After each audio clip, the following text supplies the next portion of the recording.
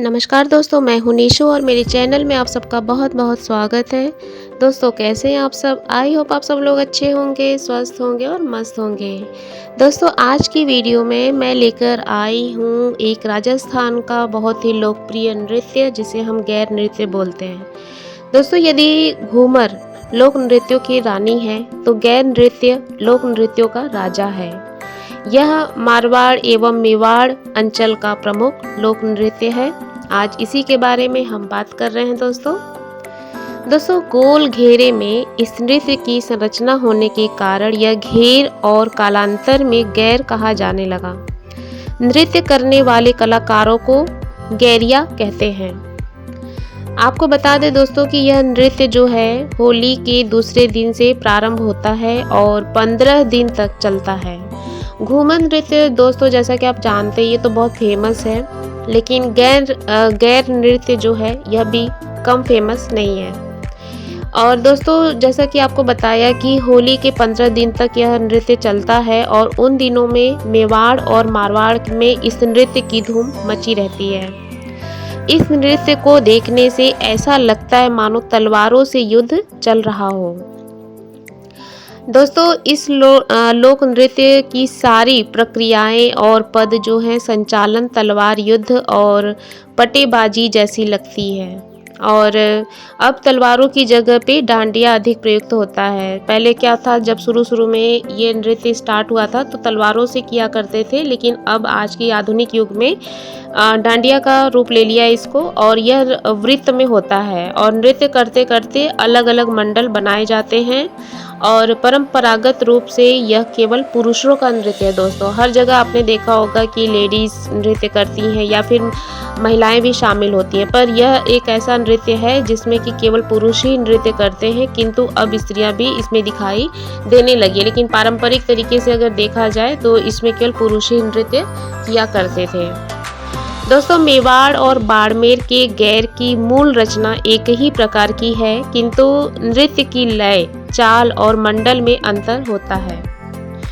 और इस नृत्य में जाट, ठाकुर, पटेल, पुरोहित, माली, मेघवाल आदि सभी जातियों के पुरुष भाग लेते हैं और अधिकतर स्थानों पर जातियों के अनुसार गैर टोलियां बनी होती हैं। नर्तक सफ़ेद धोती पहनते हैं, सफ़ेद अंगरखी और सिर पर लाल और केसरिया रंग की पगड़ी बांधते हैं। और जालोर आदि क्षेत्रों में दोस्तों नर्तक फ्रॉक जैसी आकृति का एक घेरदार लबादा पहनते हैं और कमर में तलवार बांधने के लिए पट्टा भी धारण करते हैं।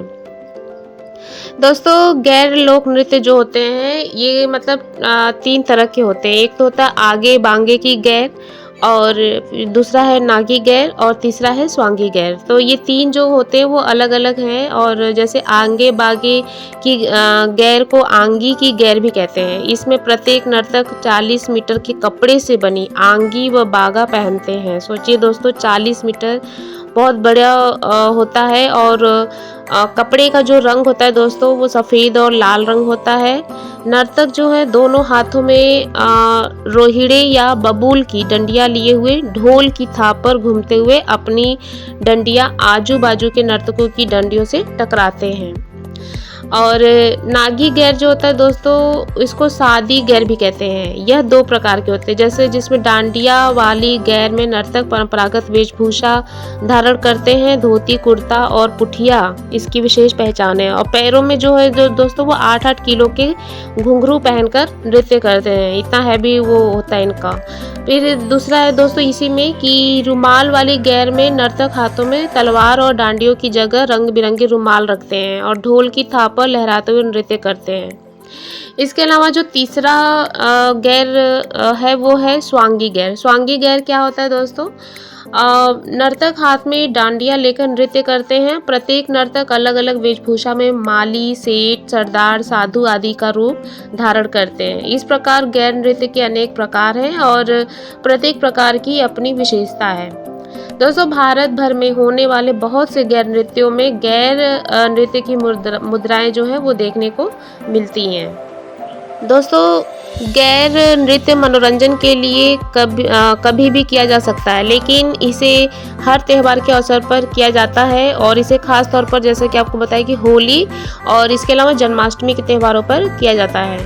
होली, जन्माष्टमी जैसे त्योहार गैर नृत्य के बिना अधूरे लगते हैं। इसके अलावा दोस्तों आपको बता दें कि होली के दूसरे दिन दोस्तों धुलड़ी पर खेला जाता है एक ऐसा नृत्य है जिसे हम सनवाड़ा गैर नृत्य कहते हैं। इसके लिए विशेष वेशभूषा होती है, जैसा कि मैंने आपको बताया है वो ही पहनते हैं और पिता और बेटा खेलते नजर आते हैं। और जैसे कि गैर नृत्य हर साल खेला जाता है, लेकिन धमक आज भी वैसी की वैसी ही है और वजनी आंगी पहनकर नृत्य कर हर किसी का ध्यान अपनी ओर खींच लिया करते हैं। ढोल की थाप और थाली की धमक से एक साथ सैकड़ों गैरियों के नृत्य किए जाते हैं, मतलब एक साथ मिलकर ग्रुप में किए जाते हैं। दोस्तों पश्चिमी राजस्थान का गैर नृत्य सदियों से चला आ रहा है। 183 वर्ष पुराना गैर नृत्य की धमक व क्रेज आज भी वैसा ही है। गैर नृत्य बाड़मेर और राजस्थान तक सीमित नहीं है दोस्तों, इसकी गूंज जो है वो एशियाड गेम्स तक है और साल 1982 में दिल्ली में आयोजित एशियाड गेम्स में जिले से गैर नृत्य करने वाले सैकड़ों लोग शामिल हुए थे।